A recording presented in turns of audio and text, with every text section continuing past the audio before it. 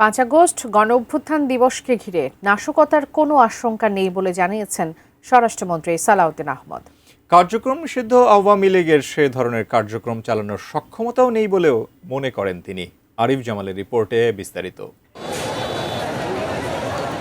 ছাত্র জনতার প্রবল আন্দোলনের মুখে 2024 সালের 5 আগস্ট আওয়ামী লীগ সরকারের পতনের পর ক্ষমতাচ্যুত হয়ে ভারতে আশ্রয় নেন সে সময়কার প্রধানমন্ত্রী শেখ হাসিনা।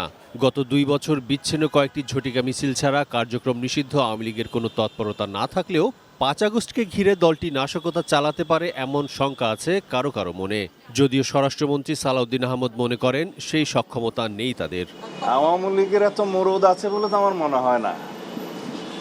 একে তো নিষিদ্ধ ঘোষিত দল, মাফিয়া শক্তি, তারা মাঝে মধ্যে বিদেশ থেকে উকিঝুঁকি দিচ্ছে, এর বেশি তৎপরতা তো দেখি না।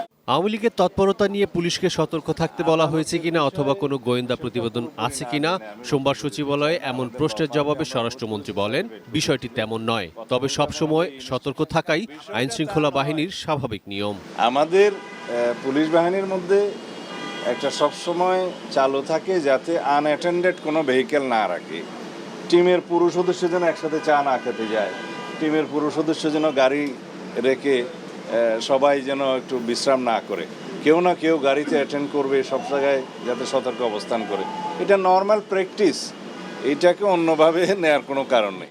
সম্প্রতি হিন্দু সম্প্রদায়ের অনুষ্ঠান রথযাত্রার সময় বোমা উদ্ধারের ঘটনায় শঙ্কিত হওয়ার কারণ নেই আশ্বস্ত করে স্বরাষ্ট্রমন্ত্রী বলেন, কোনো পক্ষ হয়তো সাম্প্রদায়িক সম্প্রীতি বিনষ্টে কিছু করার চেষ্টায় ছিল, এ বিষয়ে তদন্ত করা হচ্ছে।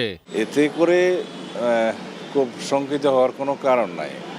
কোনো পক্ষ হয়তো চেষ্টা করেছিল যে সাম্প্রদায়িক সম্প্রীতি বিনষ্টের কোনো কিছু করা যায় কিনা, তারা হয়তো চেষ্টা করেছিল, আমরা সেটা সেভাবে দেখেছি এবং একটা তদন্ত পরিচালনা করছি আমরা এর পিছনে কারা আছে ফাইন্ড আউট করার জন্য।